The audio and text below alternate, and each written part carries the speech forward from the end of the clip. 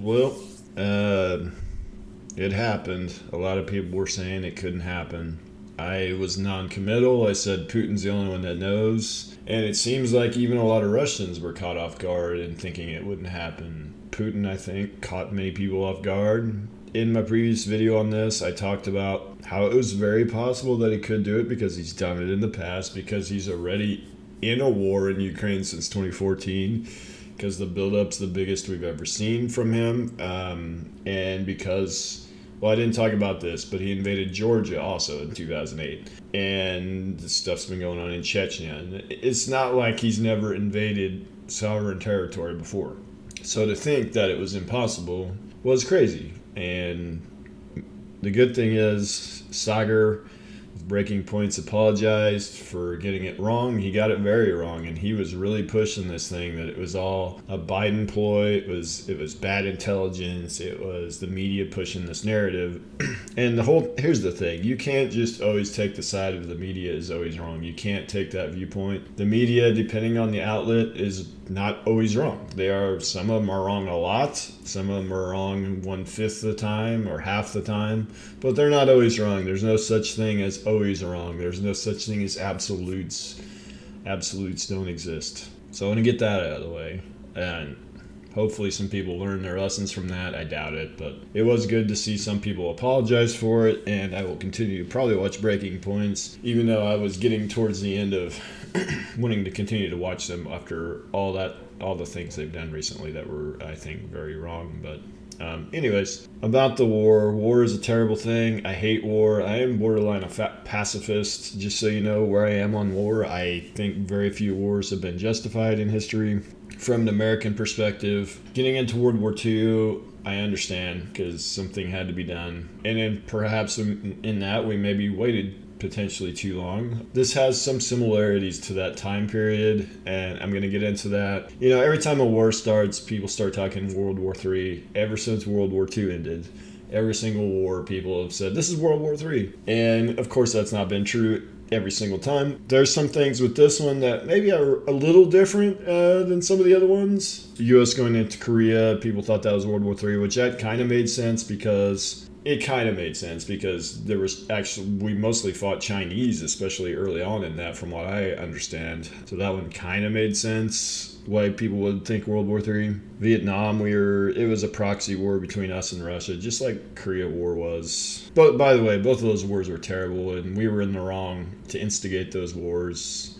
Now, Vietnam, we weren't the initial instigator per se, but we did terrible things in Vietnam. It was senseless, completely senseless. So is Korea. To me, Iraq's the same story. Afghanistan is one of the few that I think initially was justified. There was no justification to stay there for as long as we did. Absolutely none. But the initial invasion to take the Taliban out of power and eliminate Al-Qaeda as a threat, I get that. But once we had done that, I don't know why we stayed. I could go on and on about how most wars are wrong, and I could go mostly on U.S. wars, but even other wars that other countries have started mostly are wrong, in my opinion. And this is coming from somebody that served in the U.S. military for 8 years, so this is probably not a common view. You probably will not find a lot of veterans that are pacifists. And I'm not a full-blown pacifist. I think there is a point in time where, you have to stand up to tyranny, and so there have been wars that made sense. So I think what I want to do is go in here. We're going to go let's go to here. Put my webcam on, I guess. Yep. Okay. I want to talk about, in case there is any Ukrainians watching, and like I said, I feel terrible for the Ukrainians. I feel terrible for the Russians because I think many of Russian people do not want to be in this war. There's one man responsible and one man alone, and it's Putin. Those that are trying to blame Biden, and I am not a Biden fan, but to put it all on Biden, I think is ridiculous. And there are even those that are being apologetic for Putin in the U.S. And I tell you, if Putin's not been a good president, Trump was also not a good president. I don't know which one is better, to be honest. It's hard to say. But neither are very good. Probably both of them are near the bottom somewhere in terms of, I wouldn't say maybe the worst ever, but they're down, way down in terms of not very good presidents in world history, in U.S. history. And certainly in modern U.S. history, they're just not good presidents. Biden, maybe he could turn it around, but I highly doubt it, right?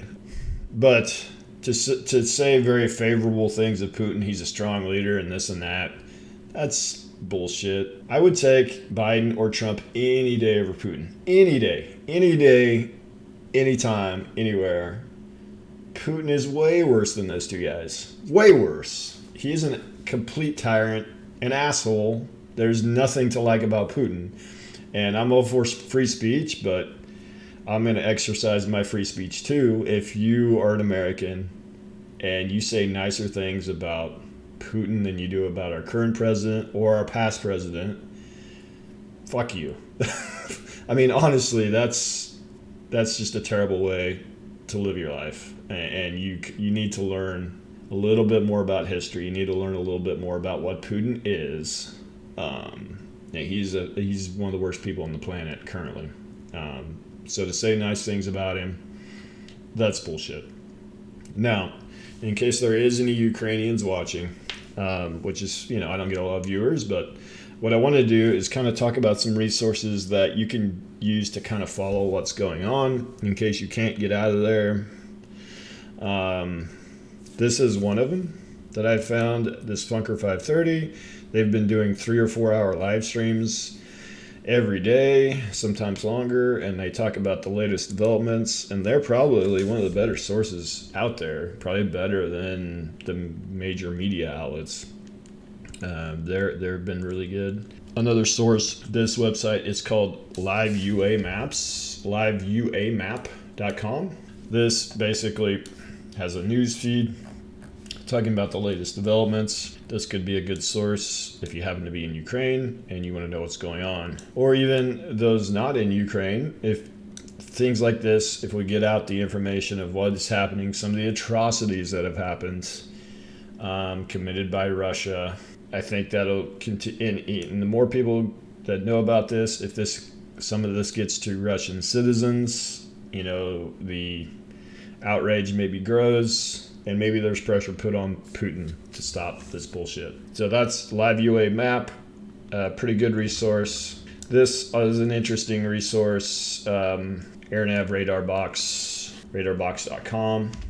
Yeah, it does. Obviously, it's not going to show Russian military. It will show there has been a drone out here in the Black Sea. A U.S. drone, interestingly. It just shows, obviously, the airspace is shut down over Ukraine and Belarus. Maybe not the most useful source, but there's some stuff there. Another source, probably one of the better sources, unfortunately, is Twitter. Now, this is my trading server that I have, and in my news feed, these are most of these are like financial Twitters, but they talk a lot about the war. But then Live UA Map, which we talked about earlier, they also have a Twitter, which is constantly putting out updates here. And this Intel Crab is another one. Lots of information coming out from them. Those are probably some of the main. Some of these, like these financial ones, also can give you some updates. But Intel Crab, Live UA Map. There are some others. I haven't added them yet to this feed, but those are some resources as well. Twitter is unfortunately probably the place to get the news the fastest in today's day and age, even though there's a lot of problems with Twitter. What I want to talk about now is, I think I alluded to this already, but World War III and the similarities between this and the start of World War II. Now, like I said, every single war since World War II, people thought it was World War III. And of course, that was wrong every time.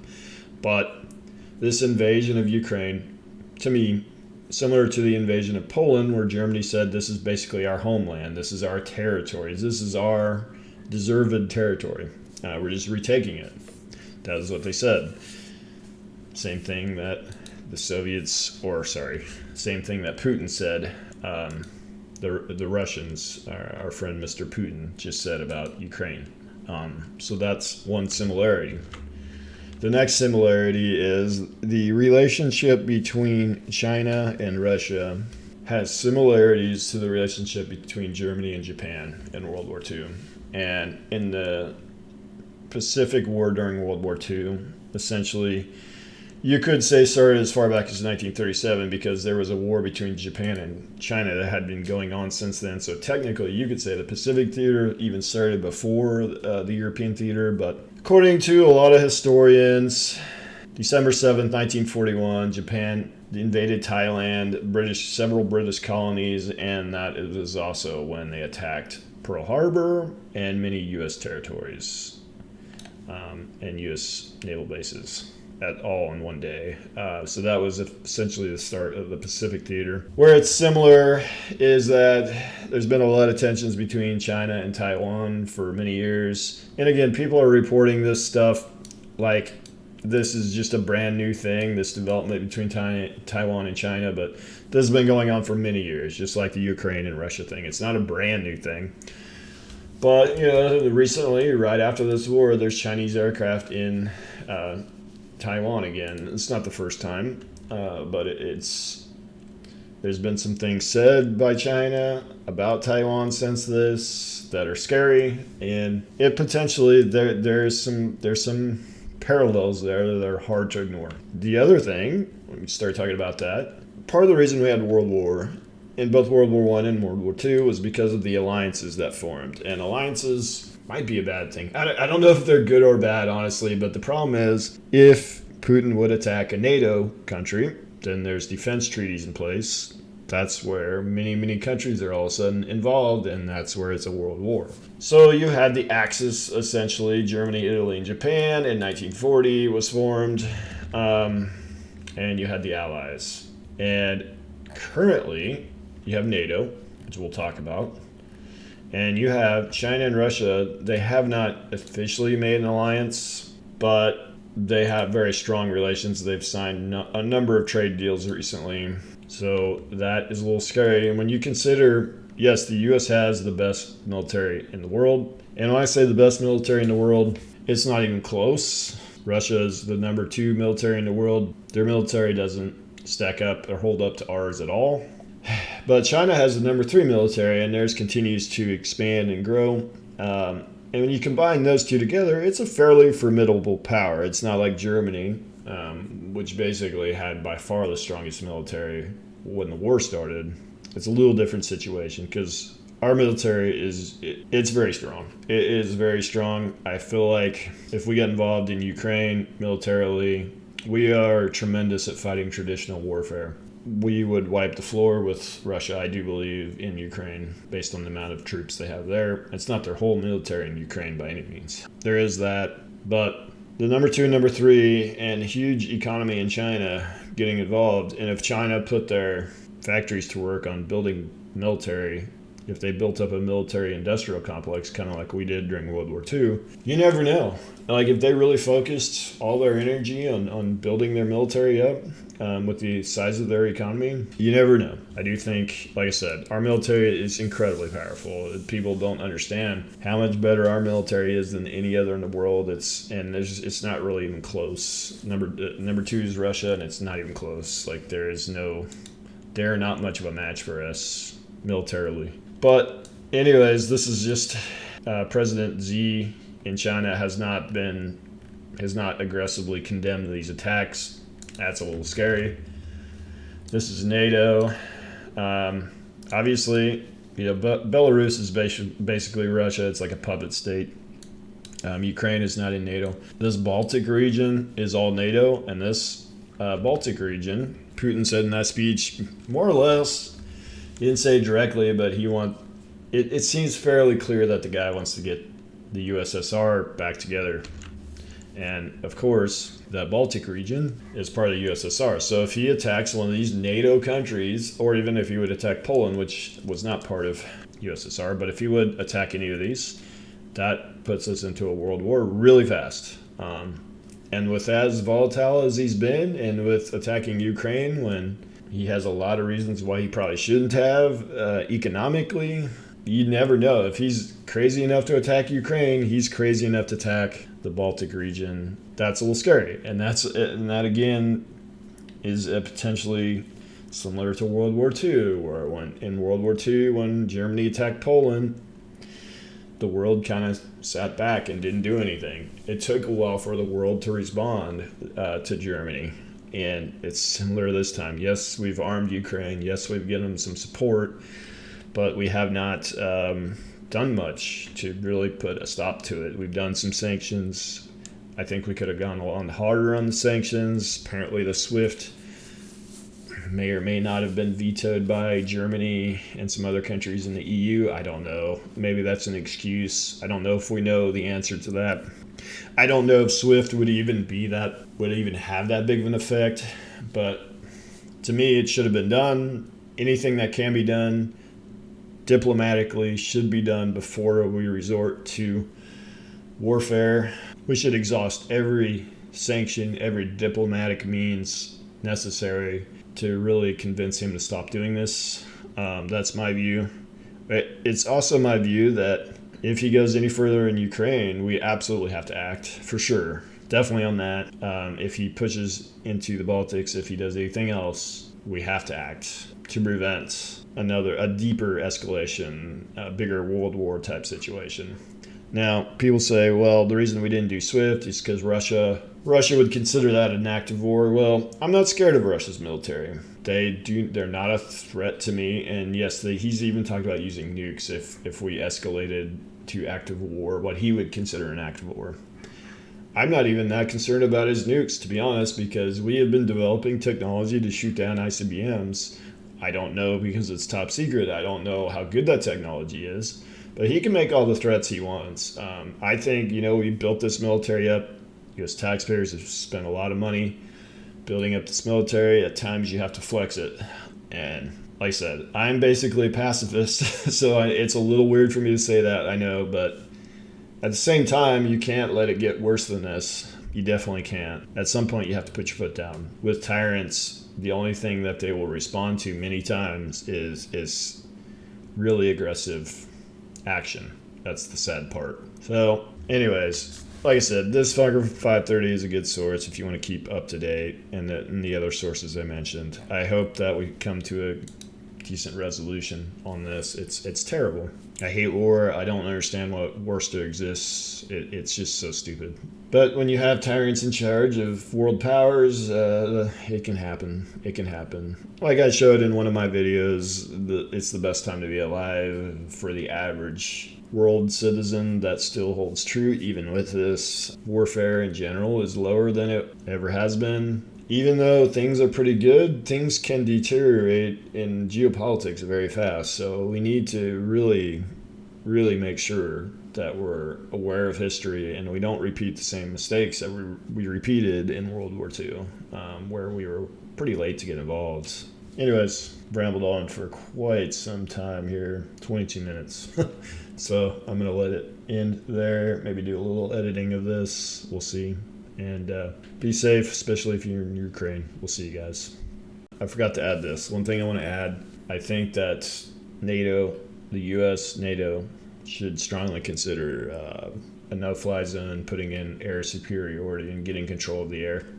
And I think if we did that, I think the Ukrainians, they're fighting their ass off. I can see it. I've been paying attention. They want to fight. They want to save their country. And if we give them some air support, because they have no control of the air, from what I can tell, I think they would. I think they could win, and it would embarrass Putin, and it would stop, and maybe he would give up on this nonsense. That's my view. I think we need to be more aggressive, exert our power a little bit. That's where I'm at. See you guys.